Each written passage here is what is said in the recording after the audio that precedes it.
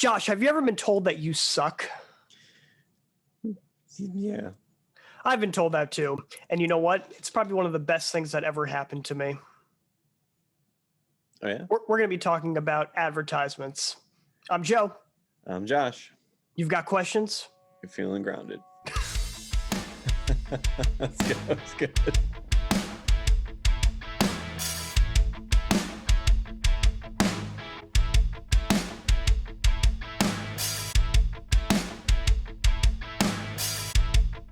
Welcome to Feeling Grounded with your hosts, Josh and Joe. So what we want you all to do right now is subscribe to Feeling Grounded Podcast on YouTube, like the video, share this video to any prospective person that might want to enjoy our content, and also follow us at Feeling Grounded Podcast on Instagram and become a patron. We want you guys to be on that platform with us. We genuinely enjoy putting out extra content on there. For only $3 a month, you can see what we're doing on that area. Anything else, Josh? It's perfect, Joe. You killed it. You gonna arrest me for killing it? Entertainment. Where's the entertainment, guys? Joseph, what is a recent purchase that you were inspired to buy?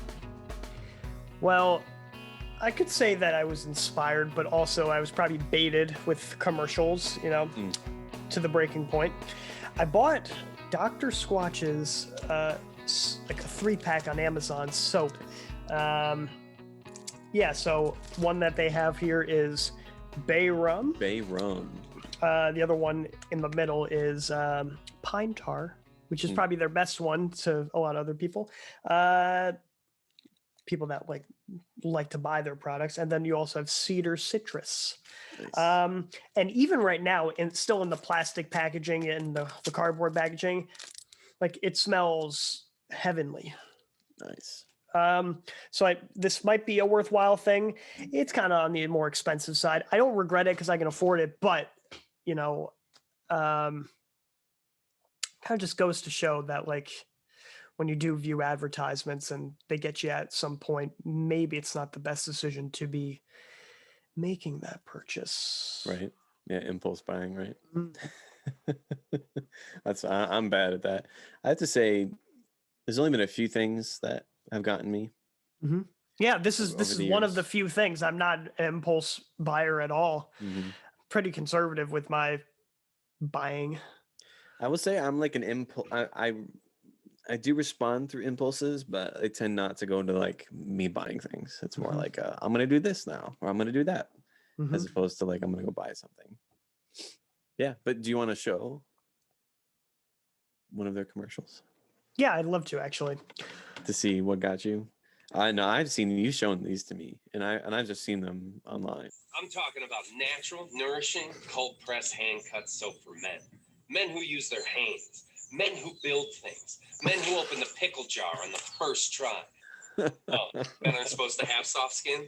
Yeah, well, men weren't supposed to cry during movies. And then they made the movie Rudy. Get ready to step out of the shower feeling alive. It's so good.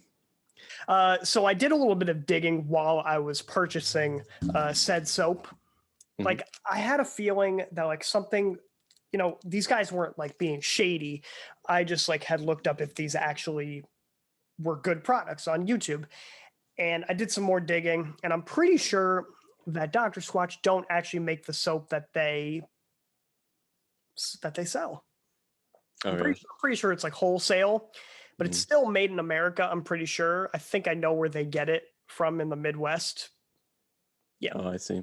It's one of those third-party things where they legally they can do that. What do they call it? Drop shipping or something? Yeah. I think it's what it's called. Mm-hmm. But they get all the credit for purchasing product and then selling it under their own. Yep. Yeah. So you buy it in bulk. I mean, I was tempted to get it through these commercials. I mean, I never did, never pulled the trigger on it, but yeah, because I showed it to you 3 years ago. That's how long it took me. So I took some time and I'm just you know what? I'm going to try it out. But then I just said, nah, but then I will. You know, Right. it took me time. I wouldn't call this an impulse buy. Yeah. Exactly. Because it's been years this has been on. But yeah, it's good. I mean, a good ad campaign like that is like legendary. You know, I think about like Old Spice or Geico or stuff like that. Like it's just they're just so iconic. Mm-hmm. And it works. Yeah. You know. So the thing with me is Geico. Geico? Definitely. Yeah. Is that Because I use them for both my home and my auto. Bundle. Oh, okay. And obviously their commercials have been hit or miss. But I think my favorite commercial of all time is this one. I'm gonna show you. Yep.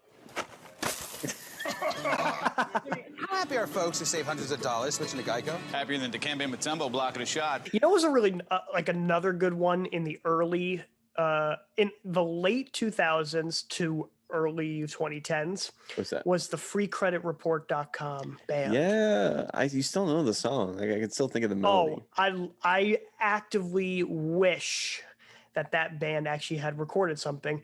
And you know, the singer, I think he's like Canadian or something like that, but his accent is French. It's not very can't always be understood, I suppose. So it wasn't actually the guy that sang that, if that makes sense. It was somebody else. But he's actually in like some type of alternative band, maybe a metal band, I forget. But I think they actually can play their instruments. Those commercials, groundbreaking. Yeah. Very Had true. I been an adult back then, I probably would have free credit. Yeah, I'd like to check my credit score. I definitely did that once in my life. Go to Check free my credit. score through the free credit report. Yeah. Mm-hmm.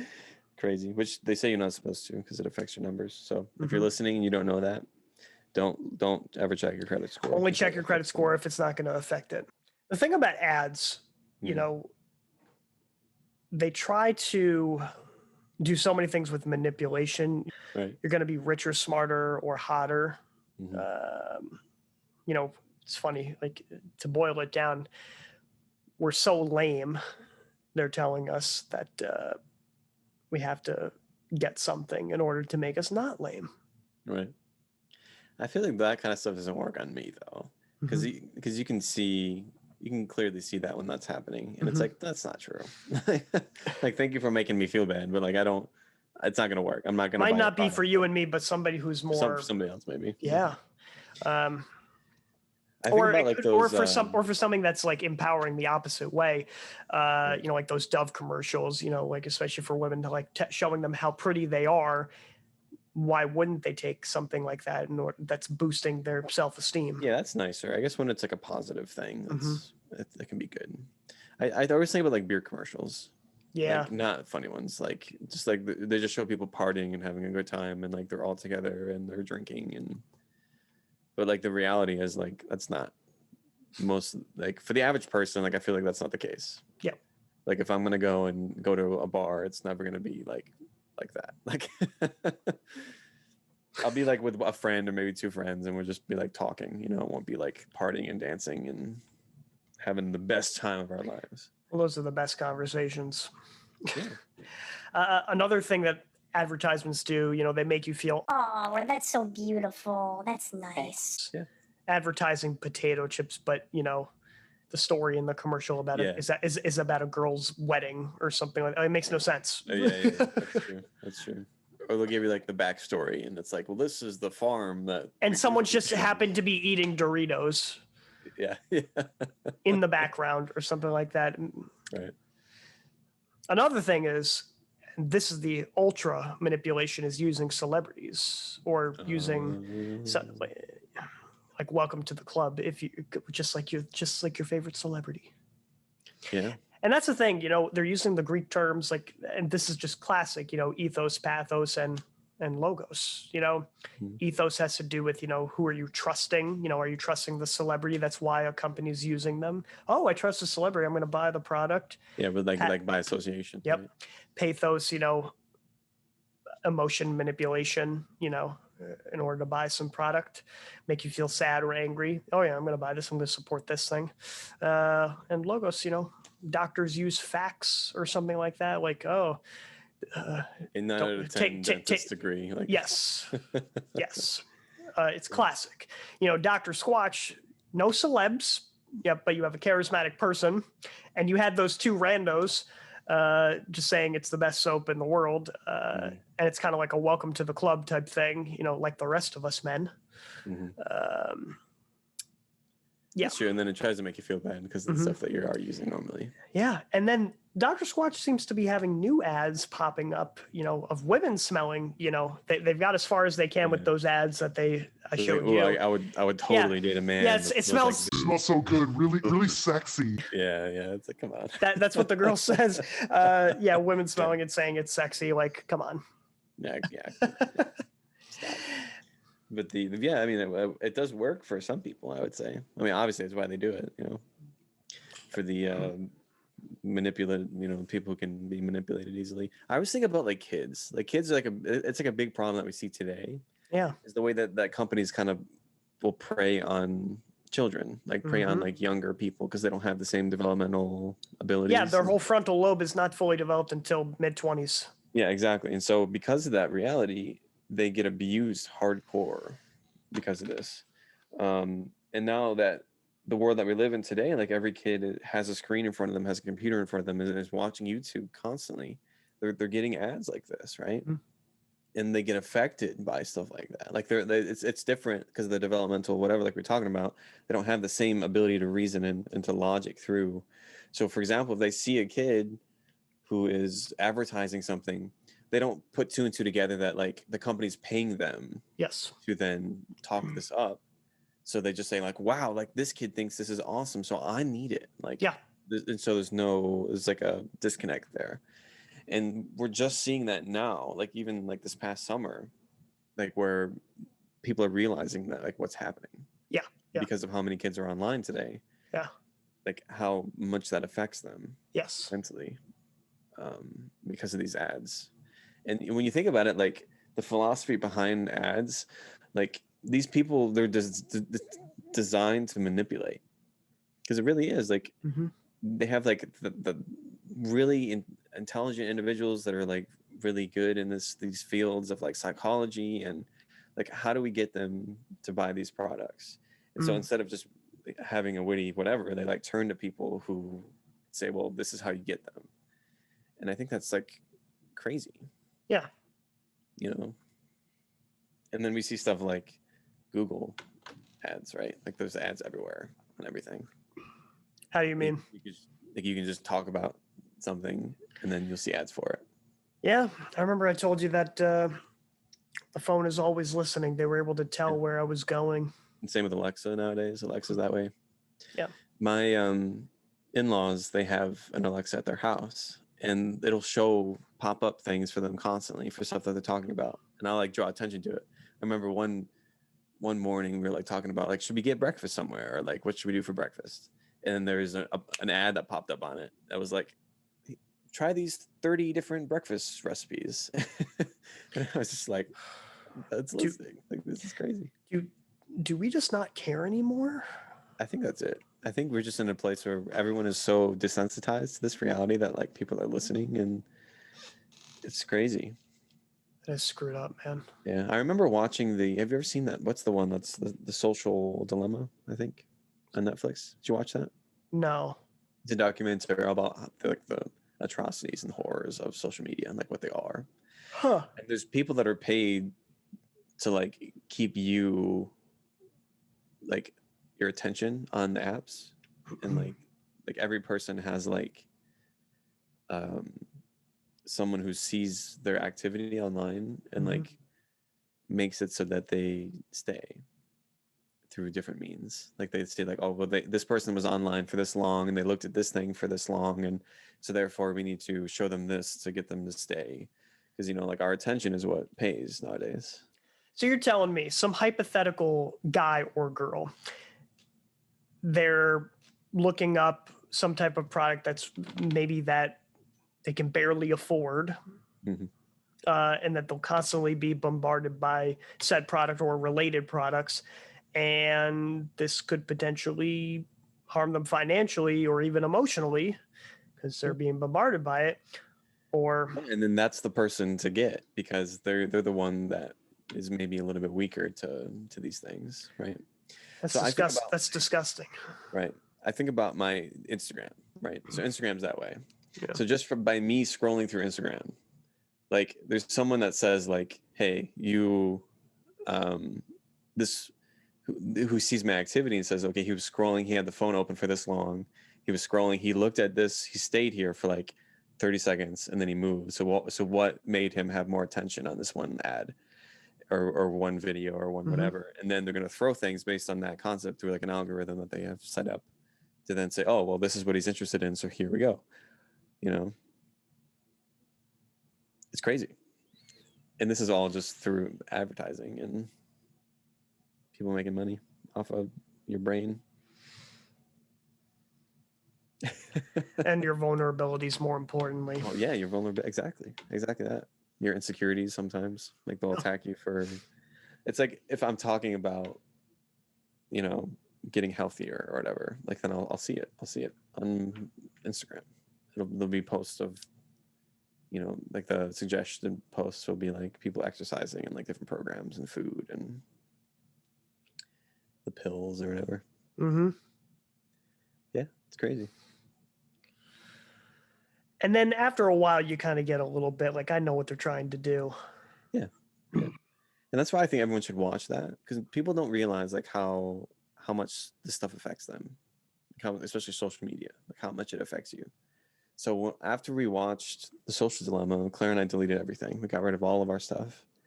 We got rid of Facebook. We got rid of Instagrams. We got rid of everything. Now I still have it on my phone, but we got rid of like everything. Because we realized how unhealthy it was. And I think I feel like people are starting to realize that nowadays, like especially our generation, like people are seeing like how toxic these things are, and so they're trying to clean up. I think it's actually more powerful than ever. I would have to say that new ones are rising up in the wake of ones that are not as strong anymore. Facebook is gone. It will, because you only see older people really using it a lot. I got rid of it. But the new things like TikTok, right? Yes. And those are so dangerous for kids. And it's not even like music, anything. It's just commentary sometimes. Right. A lot of the social media platforms, they're just blending into one. You know, they're coming from TikTok, Instagram, and Twitter. All those commentary ones are just blending into it's becoming the same exact thing no matter where you go. Right. I don't know where it can go from here. Nowhere good. No. I think the people, and we've said this before, but I think honestly, if we just unplug, like if everyone just gets rid of their stuff, gets rid of their phones, like gets rid of their whatevers, like how much dramatically different your life will be. I know for that time period, and this was through all of quarantine this past couple of years, or last year, I guess, not having access to the news, not having access to articles, to social media, to people's opinions, to all this stuff. So I got rid of it at the height of like maybe like January, when all of the social unrest was happening. I just got rid of it, and I was at so much peace. You know, a lot of people would be like, well, wouldn't you like wonder, like wouldn't you want to know, like wouldn't you want to like see what's out? No, I didn't. I was at such peace because I didn't care, and I was with my family and with my community, and that's all that matters, I think. Yeah. And I think that's something that, and again, we've talked about this in the past, but that's what like we're lacking in this world, is like our physical communities. Yeah, it's interesting that you point that out. Right after the election had happened last year, I had been hooked onto the news for a good like 6 months beforehand, just because I found it interesting. There was a lot I'm sure that you could know, but at the same time, I was enthralled by all the fear-mongering propaganda BS that is mainstream. All to try to get the grip on you. Yeah. Because- So what? Right after the fact, I'm like, a week went by afterwards, and I was still liking it, but I guess its hold on me wasn't as strong. It's not as. It's hard to explain. But I took that away, freeing so much of my time, and feelings of peace came and went because I've gone to YouTube for a little bit because that's a vice in itself. But I understand what you mean by that peace aspect for sure. Yeah, because these things are designed to make you feel a certain way, you know, especially nowadays. Like, it's like everything's designed to trigger you and to cause you stress and to cause you to like act, to get a hold of you, to make you act and to feel and to think a certain way. And I don't think it's far to say that there are narratives that are being pushed through these social media. And if you just say, screw it, I'm not going to be a part of this, then you're not affected by it. Yeah. You know? It's like, if you just ignore something, it goes away. Yeah, it's like the whole war games motto, the secret to playing is to not play. Yeah, that's everything, right? Yeah. And again, that's hard because if you've been doing something for so long, there is a form of addiction that kind of creeps in, especially with YouTube and the scrolling because of the dopamine hits. And so it's hard to do that. But it is really important for us to like, because it kind of gives you your humanity back. Because we kind of we kind of like forget that we're losing ourselves. We're kind of like losing ourselves through these things. Because if you think about it, if you're giving yourself constantly to social media and YouTube and Instagram and TikTok and Snapchat and all this stuff constantly, that you're spending hours of your time in this kind of virtual space, like, who are you? You know? Yeah, you feel diminished. Yeah, and if you're being kind of formed and that's the whole thing between advertising and marketing too, is it kind of like forms you and it molds you into thinking the way that they want you to think and acting the way that they want you to act. Like, click on this because we want to feel this way, or look at these articles that we're showing you because we want you to be angry about this. So like, think about these things because we want you to think about these things. You're losing your sense of self. And when you realize that, take a step back and get rid of this, you discover who you are. And I think that's the problem with today is we've created like photocopies and like people that are just like wanting to think the way that everyone else does because it's comfortable, or maybe people they're not offended if they agree, or maybe they feel protected or safe, but they're losing their sense of individuality. And we're seeing the problem, seeing the issues, and especially young people, because they're not meant to be this way. You know, they're not meant to see these things. They're not meant to think about these things. They're not meant to feel the stresses like this. And we see it in such a negative way, like how it's affecting them. But anyways, I'm getting really off topic here. I'm just talking about goofy ads, but well, that's how they're supposed to get you. Yeah. It's like we're a country of like prisoners, you know. I feel like the average person, if they cannot get off their phone, they're a prisoner.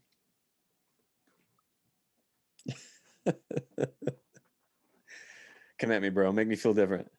Anybody, well, not you, but like anybody. If you think I'm stupid and wrong, please tell me.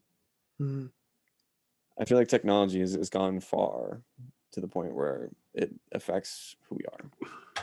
So now, but there's nothing wrong with liking a silly thing and then ordering something because you want to try it. Like, 'cause we're all intelligent. We all have brains. We all have the ability to think and to process. That doesn't mean that like humanity's gone because you're tricked into buying something. Like, Are you telling me I was tricked into buying this awesome soap? not you, no, because the soap is awesome and it was a dang good commercial. And this smells like That provided an awesome thing, awesome product. I'm wondering, I haven't opened any of this obviously yet because it's not time yet. I still have other soap I wanted to try. I'm a soap collector. No, not really. What's the word? Have you ever seen like soap carving before? Oh, like, People like car soap. yeah. Yes, I have actually. It's like really satisfying. Very satisfying. Mhm. They have apps actually for that. How to really? stay on your phone longer. Yeah, exactly. There you go. Love it. Yeah, you know the stress that you feel when you're on your phone all the time because you're perusing social media. Why don't you stay on your phone more and do some soap carving on this pretend app, like pretend soap, like. The future is inevitable, but let's travel back in time. July 28th, 1932. Hmm. Under Hoover's presidency, there's this thing called the Bonus Army. And the Bonus Army, I'll get into, they dispersed in Washington, D.C. On this date. So the Bonus Army was 17,000 World War I veterans. They gathered in Washington, D.C. for about 11 days and demanding money that they were scheduled to get in 1945, but they wanted it earlier because they were all in dire financial straits. Makes sense. And while awaiting a vote on the issue, veterans were, peaceful. They were orderly. Everything was copacetic. But there was a thing called the Patman Bill. It was passed in the House, in order to aid these veterans, but it was defeated in the Senate. And when that happened, everybody was infuriated. They refused to go home. The feds, they provided money for these protesters, but 2,000 still refused to go home. They still protested. And on this day, July 28th, President Hoover, he ordered the army to evict these veterans. So General Douglas MacArthur, he, set tents on fire. He, all these vets were driven away basically after that. And Hoover was not really seen in a very good light, very insensitive. He's actually one of the worst presidents if you look at ranks. Yeah, I was just going to say, like, he was not a good president. Yeah, because he was seen as a do-nothing president in the wake of this. The Depression, right? Yeah. And it was a huge black mark on his record. Yeah, definitely. And then then with FDR, like after, it was dramatically different. Oh, yeah. It was like a total 180 with all these New Deal it was programs. Like a too much, like not like a do nothing, but like a too much kind of guy. Yeah, a too much of something. Yeah. Yeah, the Depression didn't actually help us get out of the, the New Deal did actually not help us out of the Depression. Depression. It prolonged it. I mean, a lot of people speculated it prolonged the issues. Yeah, the only reason that we had gotten out of it is because of World War II. Right. Yeah. Yeah, exactly. Like the core packing thing. Right? Yeah, you remember that. Yeah. Mm-hmm. And in order to pass his second New Deal programs, crazy. Yeah. And just all those New Deal, like all those programs, like what they did. I think his heart was in the right place, but at the same time, when you're overreaching, you're going against the fundamentals of democracy. Right. Right. And we have to realize too, how a capital system works is it just needs time. Like everything just needs time to then, if you try to shove and force. Yeah. Obviously it was a horrible time. The Great Depression was obviously one of the worst times ever. But not that I don't know anything about this, so I'm just gonna stop. I'm gonna act like I do. Anyways. We're Americans. Do we really know anything? Touche. All right, man. So July 28th, 19. So I have two dates, and I don't know which one's right because there's two sources that say two different things, but I don't care. So I'm going to go with 1978. Okay.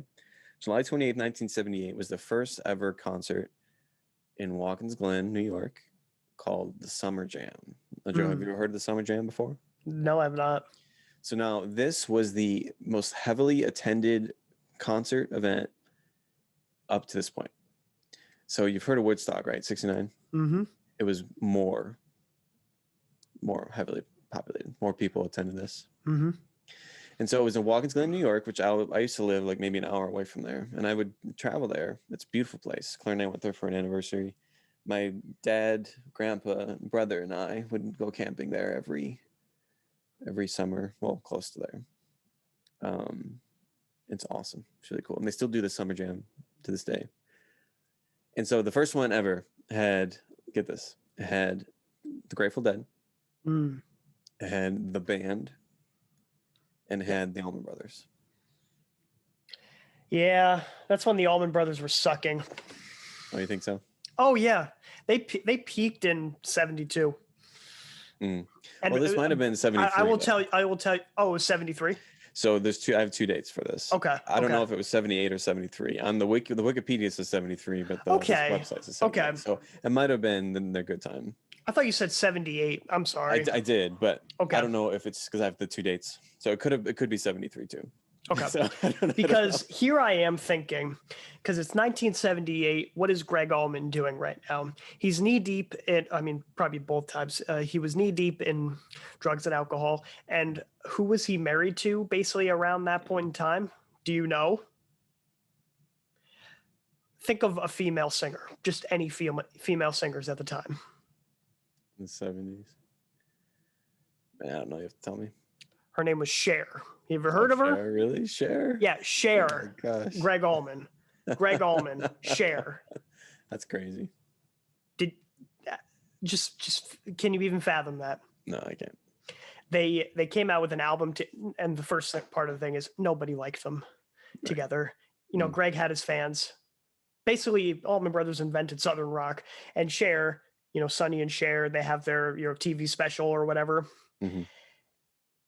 Yeah, But that makes no sense. nobody was a fan of Greg and Cher. I think it's around this time that we should probably tell people what Josh and I are doing in February of next year.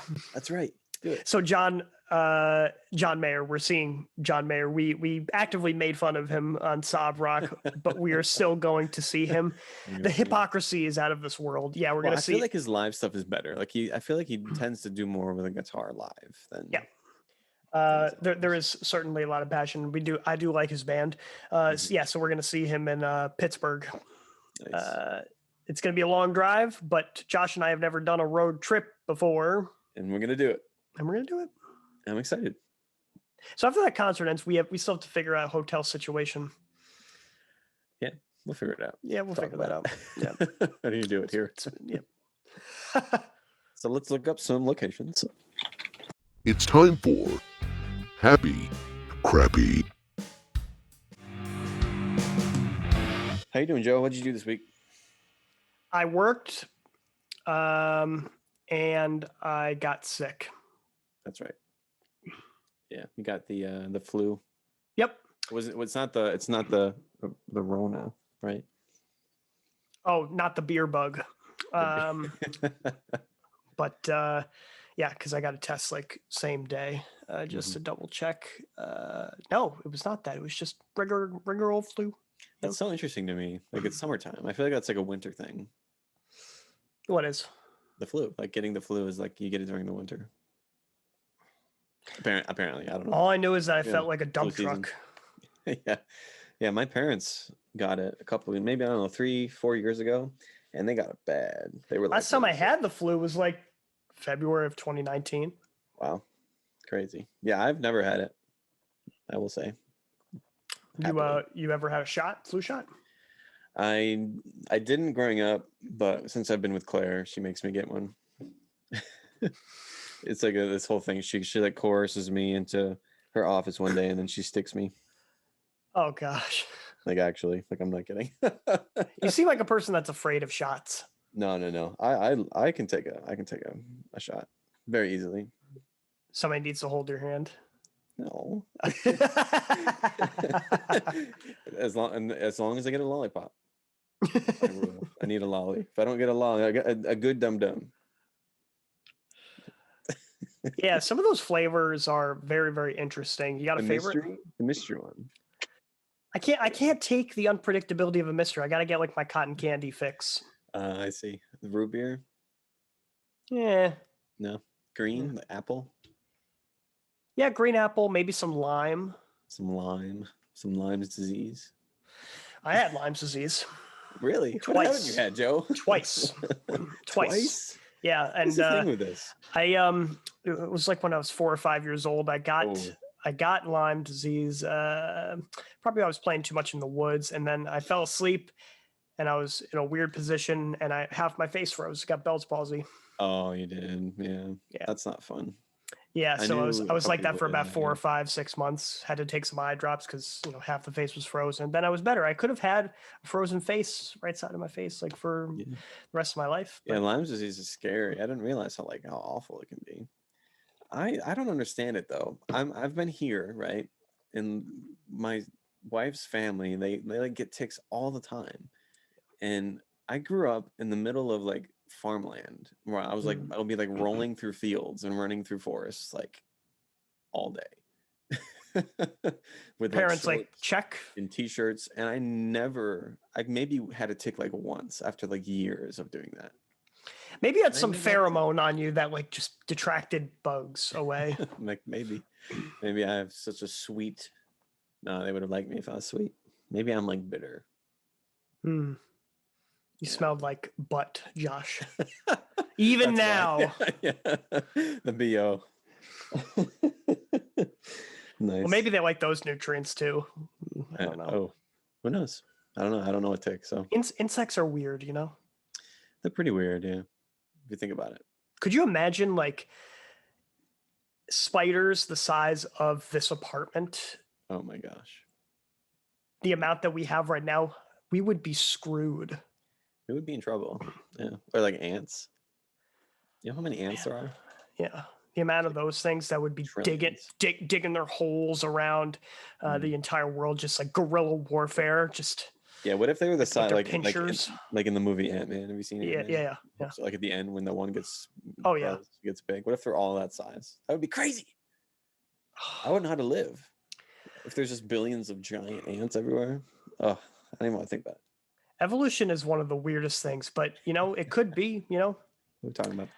So this week, I had an awesome week this week, Joe. I got into a routine again. I woke up at 6:15 every day. I would pray in the morning. I did morning prayer, and then I would make breakfast. And every morning I had a farmer's omelet.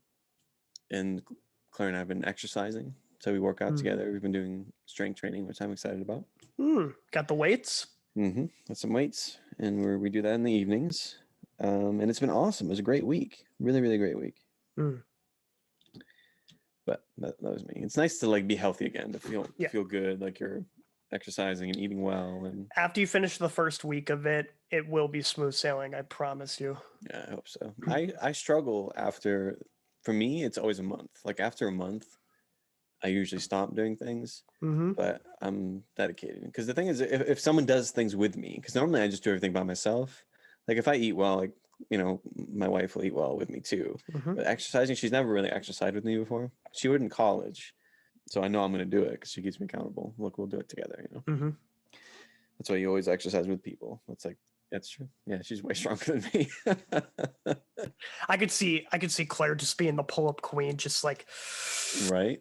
You're slacking on me, hon. She's got like strong. So all men who are listening, sorry, ladies, but maybe we'll do one with ladies sometime. You could do some with ladies. Yeah, sure. Yeah. So Joe and I, for the month of August. Okay, so starting on August 1st, we're gonna do a 30-day men's wellness challenge. Okay, and it's done by the Art of Manliness. Now, I love the Art of Manliness. Do you know the Art of Manliness? Great podcast. Yeah. Yeah, it's a great podcast. They've been doing stuff for years. I remember them when I was a kid, like going online and seeing some of their posts on their website. It's awesome, really good. So it's a 30-day challenge. I guess maybe we can post it in the description below. Yep. So check it out. It starts August 1st. Okay, so that's 3 days after this will upload. So think about it. Check it out. It's not anything like too crazy. It's like, but it's like a new experience every day. So it's not like exercise and eat good. It's more like, what are your core values, and like shine your shoes today, or like get a shave, get a straight razor shave, or boost your testosterone by doing these things, or like whatever. So we're both gonna get a straight razor shave, like full down to the bare. Ooh, I didn't think about that. I mean, if I have it is summer after all. We gotta. I have not been beardless since 2017. That's me. For me, it was 2015.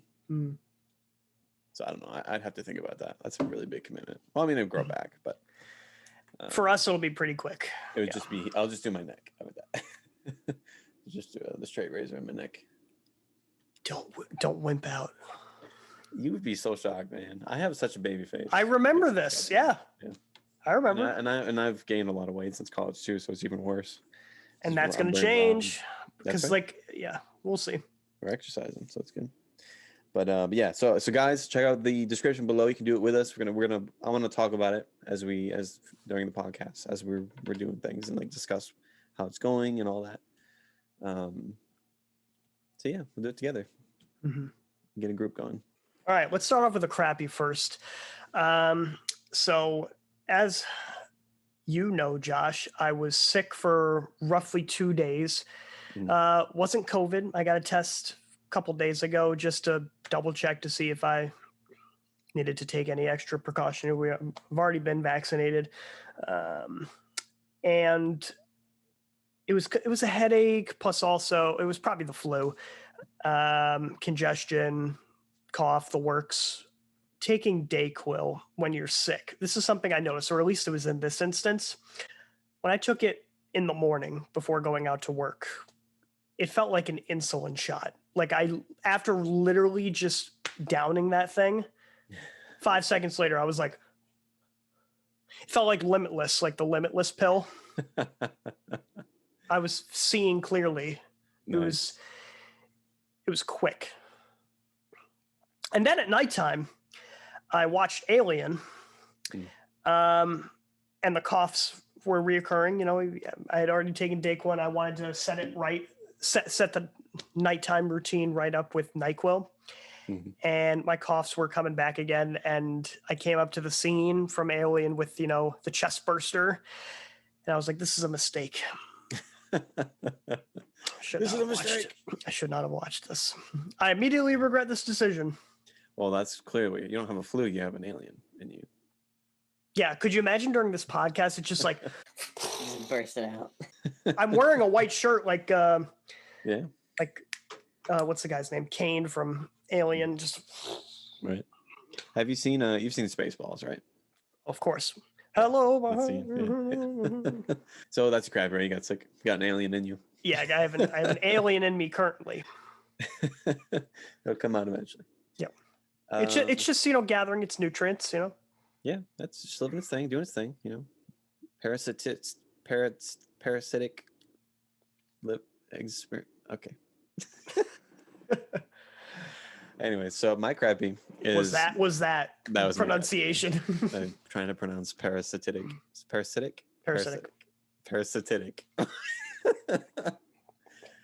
I clearly know English. Our carpet isn't here. I talked about it just a second ago, but yeah, we're still waiting. So our house is still a disaster, which is frustrating because I just want to set up the house and be done. Like, this is the last thing. It's the power of dad. Okay, so my happy is, let's see. We're getting a lot of stuff done. I talked about it again. Power washing, exercising. I had an awesome week, right? So just like a healthy, good, like well week. Eating well, exercising, getting some stuff done in the house, working well. My happy. So I'm not saying that this is a happy because it was a compliment. I'm saying because I was in shock by how weird this was. Okay. And I was laughing to myself, like walking away from this. So I think it was like at Target or something like that earlier this week. Oh no, it was 2 days ago. I just gotten over being sick, and I'm walking out of Target or something like that, and there was this dude. He said, "Are you a rock star or something?" And I said, "Huh?" And he said, Are you a rock star or something?" And I was like, "Well, what makes you say that?" And he said, You kind of look like one." I was like, "I guess I just have one of those faces." Now that I'm saying this to you right now out loud, I'm pretty sure the dude was like flirting with me. Yikes. Were you did you have like your denim jacket on? No, I had a shirt, like a shirt that had like Yellowstone National Park on it, and my black denim pants on, and some chuckle boots. Like in my leather pants. I'm just I wore like something like I've worn that outfit before. I've never been complimented in that way before. Interesting. So what we want you all to do right now is subscribe to Feeling Grounded Podcast, like the video. We want you also to share this video to any prospective people that might want to enjoy our content. Also, follow us at Feeling Grounded Podcast on Instagram. We're also going to get a Twitter account very, very soon in the near future. Subscribe to us on Patreon for only $3 a month. You guys will see exclusive content that Josh and I genuinely enjoy putting out there. Anything else, Josh? Say, we're going to be on social media, but we're not going to make you feel bad about things. Yes. Yes. Unless we do. Unless I'm posting. Yeah. But you've got questions? Feeling grounded.